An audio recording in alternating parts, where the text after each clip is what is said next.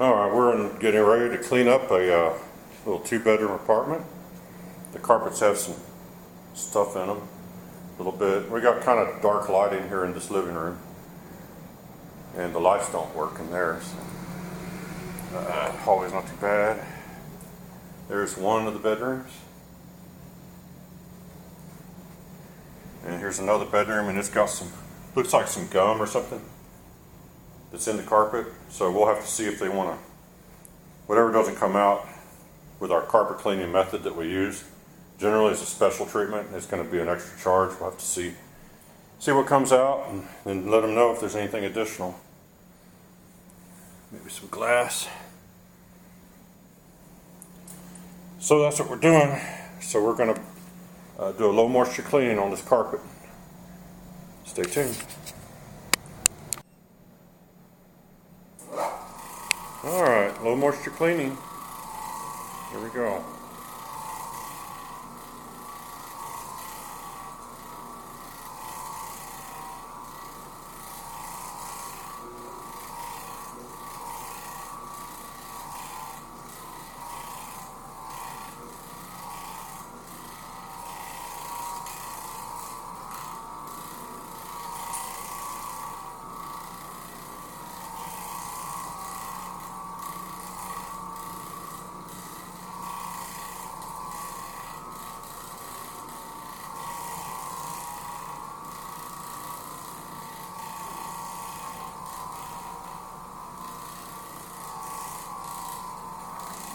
Okay, carpet's dirtier than it looks, because I can see it's clean.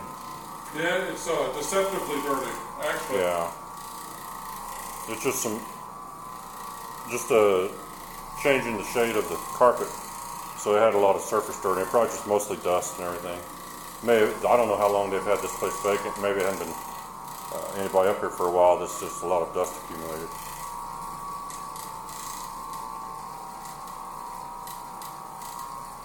Again, we don't have perfect lighting in here. It's kind of dark, and none of the lights really seem to work. So. We don't know. Our camera does pretty good in low light, so it may look good on video. We're not really sure, to be honest with you. Well, because it's a low light, it can sometimes boost certain things. So there may be artifacts from the low light that we're not really seeing, and they may show up on camera. So, we're cleaning until things look clean here, but can't always tell what the camera's going to show when it's so dark.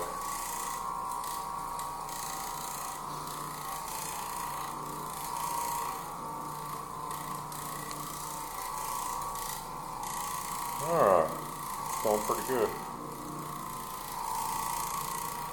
You may see some little objects pop up here and there, and that's just stuff that somebody missed when they vacuumed, and it could be fixed later. Here, let me hold this. Yeah. Cable here, let me get that out of the way and get that just knocked out once and for all. Finished once and for all.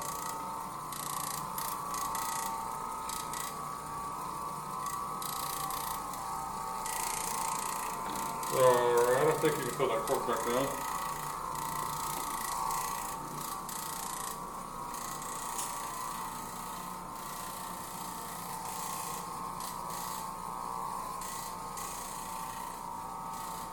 Pulling up dirt.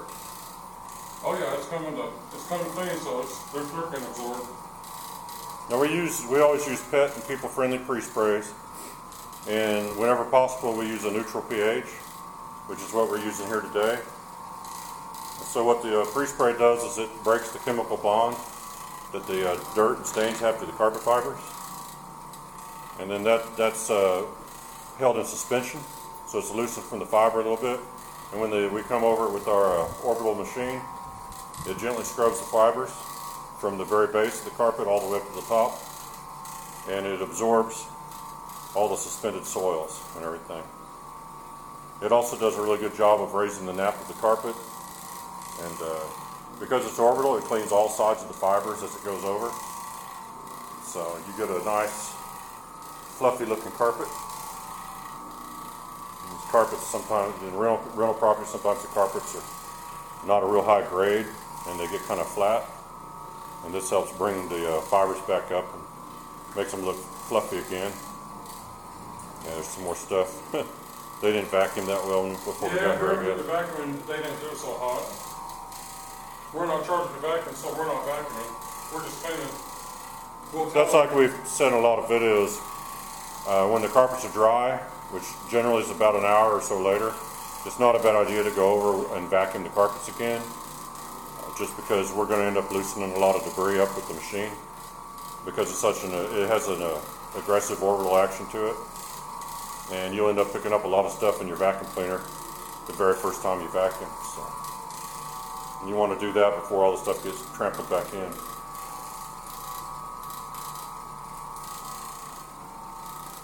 Yeah, it's looking pretty good. It's looking good. There may be some, like I showed when I was doing the first walk around, there's maybe some gum in the carpet or something back there. It may not come out all the way. That's a specialty treatment. We'll have to see if they want to spend any more money on this carpet and get that stuff out. A lot of times on rental properties, they don't care about little things like that as long as it's not too major noticeable. Well, they just want to get it ready to rent. But we can get the stuff out if they want to pay extra, because we're going to probably end up on gum. A lot of times we'll use a steamer or an iron to help get the stuff up. But sometimes with the pre-spray, it does break it up and it starts to disintegrate, and it'll just absorb it into the bonnet. So. Alright, he's got the living room basically knocked out. We only pre-spray a room at a time generally, because we don't want our pre-spray to dry up before we get to it with the bonnet. So I'm going to pause right here and we're going to get ready to do the next area. Alright, there's a big walk-in closet he's doing, and it's hard to video, so we're not going to show it. And he did this room because this room didn't have any real bad stains or anything in it, but show you, we do the closets and everything. And I'll leave the ceiling fan on while we're here, so it can help speed the drying a little bit. And go ahead. They like their blinds at this apartment complex turned a certain way, so I'll twirl that. And he's going to have to pre-spray this big room, and then I'm going to go ahead and show the cleaning in there, at least part of it. So stay tuned. Alright, we're going to clean this room, at least part of it. And right here's the little spot. Looks like it's made some gum or something like that stuck in there, some candy of some sort. We'll see if it comes out with the bonnet. A lot of times it will. We let the pre-spray soak in there for a little while, and that breaks it up.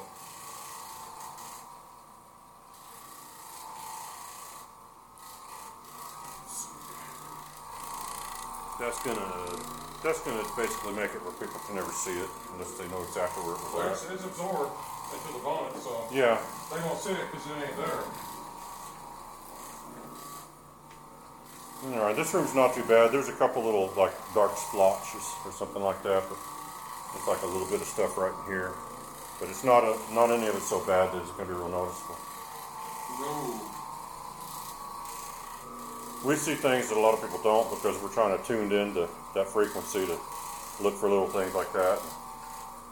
Most people just walk right over it and not ever notice it. We look for everything. Yeah.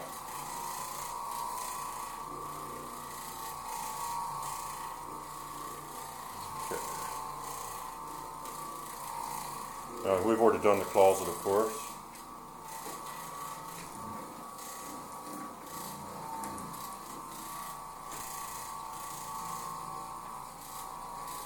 You still see debris coming up here and there that's getting thrown around. Yes. We'll recommend to the managers here that they may want to have someone come up and vacuum this. Either that or pay us to do it. We'll. If we do it, We're not going to have time to do it today. We'd have to come back just to vacuum, so that's going to be a extra charge. But they've got people that can vacuum this. So at least the carpets will be clean.